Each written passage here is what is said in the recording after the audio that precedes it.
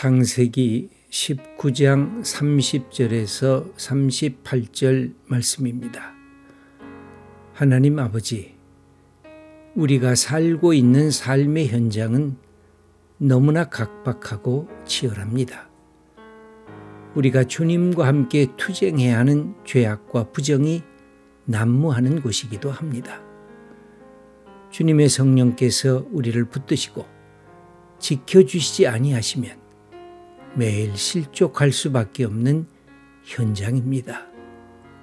세상 유혹에 겁을 내어 도망가지 않게 하옵소서. 우리가 하나님의 자녀요 성령의 사람인 것을 순간순간 확인하게 하옵소서. 주님과 함께 새로운 삶의 역사를 창출하는 믿음의 사람 되기를 소원합니다. 아멘.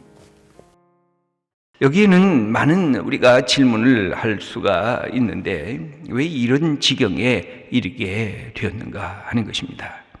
그것은 아버지 롯이 갖고 있었던 잘못된 생각, 잘못된 판단이 이런 위기를 자초하고 말았습니다.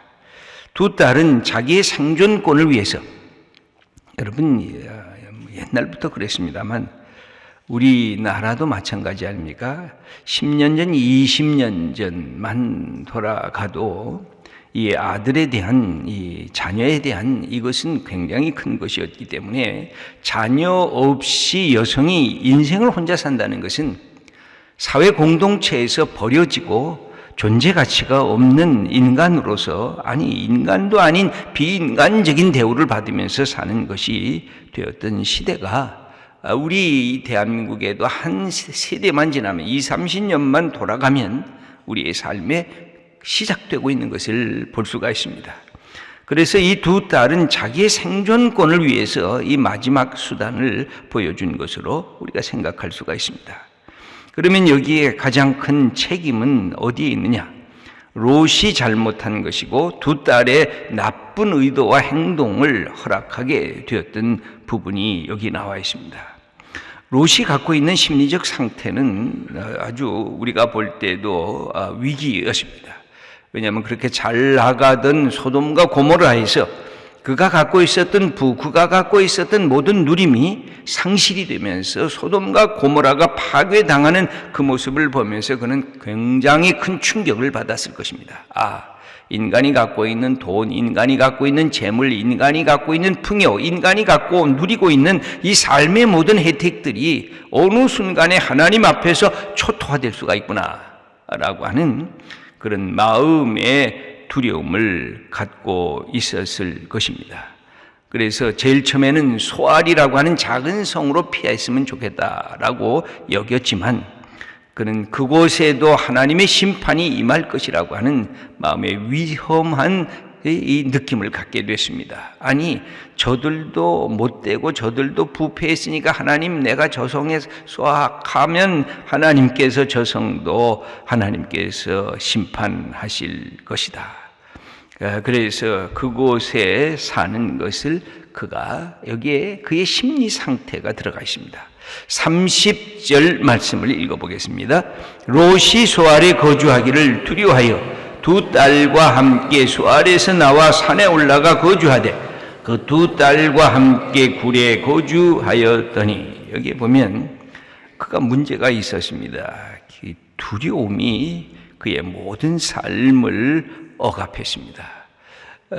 롯이 갖고 있었던 것 중에 외면적으로 보는 풍요한 세계에 그가 먼저 자기의 결단을 한 것.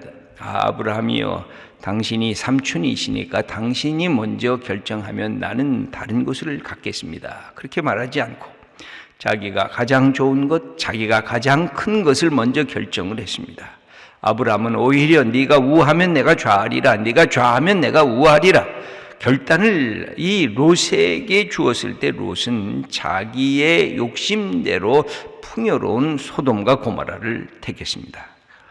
또 소돔과 고모라에 하나님의 심판이 임한다 그랬을 때 롯은 두고 떠나가기가 어려웠습니다. 내가 투자한 것이 얼마나 많은데, 내가 여기에 쏟아부은 시간과 정성들이 얼마나 많은데 하나님께서 이 소돔을 떠나라고 하니 내가 떠나갈 수가 없다고 지체했다. 어제 말씀에 결정을 유보했습니다. 머뭇거렸습니다.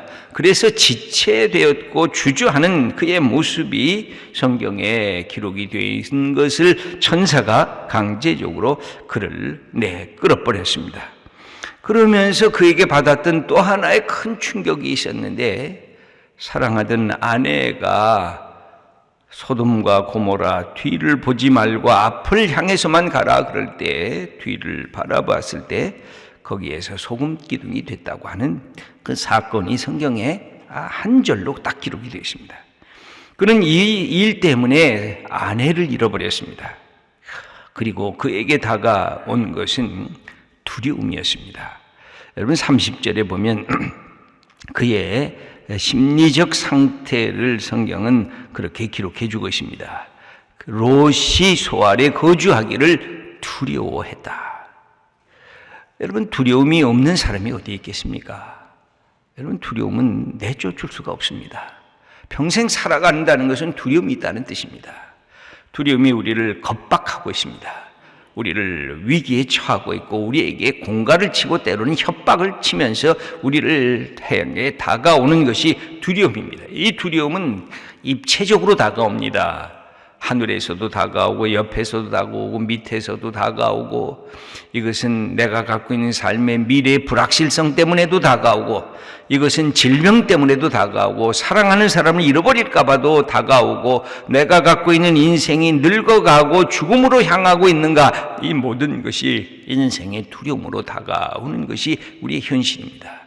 이 두려움을 우리가 어찌할 수가 없습니다. 이 두려움이 우리를 향해서 다가오는데, 하나님께서 우리를 향해서 주신 축복이 믿음입니다. 신뢰입니다. 두려움이 없어지는 것이 아니라 이 하나님을 향한 신뢰, 하나님을 향한 믿음이 두려움보다 더 커야 두려움에 붙잡히지 않을 수가 있습니다. 여러분, 겁 없는 사람이 어디 있어요? 다 겁이 있어요. 그런데 신뢰가 하나님에 대한 사랑이 더 클 때 이것이 두려움을 이길 수가 있어요. 그런데 두려움이 신뢰보다 더 커지면 두려움이 나를 사로잡기 시작합니다. 신뢰가 더 커지면 나를 자유롭게 하기 시작합니다.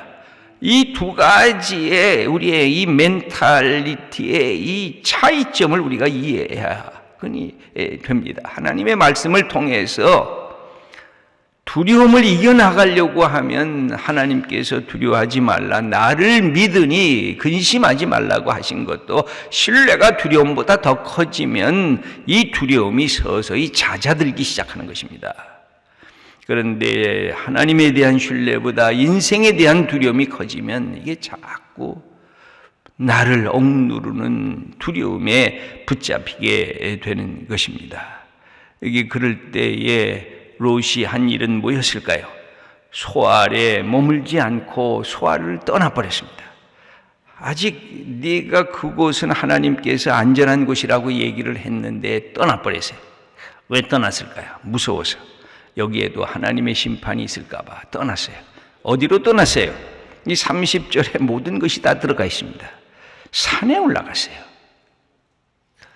아무도 살지 않는 것, 사람 함께 있지 않는 것, 대인 기피증에 들어갔어요. 어디로 갔어요? 은둔의 외톨이형으로 자기의 삶을 그렇게 몰아갔어요. 여러분, 이 아침에 이렇게 주님 앞에 나와서 옆에 사람들이 있는 이 자리에 우리가 앉아 있는 것 자체가 축복이에요. 그러지 않으면 우리의 작은 공간에서 나를 폐쇄시켜요. 여러분, 이 폐쇄시킨다는 것은 이게 하나님이 원하시지 않는 거예요. 그게 좁은 공간에 들어갔어요. 여기 보면 어디까지 갔어요? 여기 산에만 올라간 게 아니에요. 그 다음에 뭐라고 써 있어요? 30절 마지막에 굴에 들어갔어요. 여러분, 굴이라는 건 뭐예요? 굴과 터널이 어떻게 달라요? 굴은 입구는 있는데 나가는 출구가 없어요. 터널은 어때요? 입구도 있지만 나가는 출구가 있어요. 터널은 들어갔다가 빠져나가야 되는데 굴은 다시 기어 나오지 않으면 나갈 데가 없어요. 자기를 단절을 시켜요. 폐쇄시켜요. 그러면 이 속에서 삶이 무기력하게 되고 삶이 모든 것이 다 상실되는 아픔을 느끼게 돼요. 여러분, 그래서 때로는 너무 자기를 이렇게 억압하고 자기를 폐쇄하는 사람보다는 조금 실수를 해도 이렇게 터뜨리는 사람이 조금 나아요. 여러분, 베드로가 그래서 좀 나은 거예요. 가룟 유다는 자기를 이렇게 꽉꽉 끌어안았어요. 베드로도 실패했고 가룟 유다도 실패했지만 가룟 유다는 자기 폐쇄적인 그런 존재예요. 그러나 베드로는 실수도 많이 했잖아요. 그러나 자기 생각을 이렇게 터뜨려요. 여러분, 가정에서도 주부들이, 건강한 주부들이 뭐냐면 자기가 화나면 남편에게 화난다고 얘기하는 주부들이 건강한 주부예요.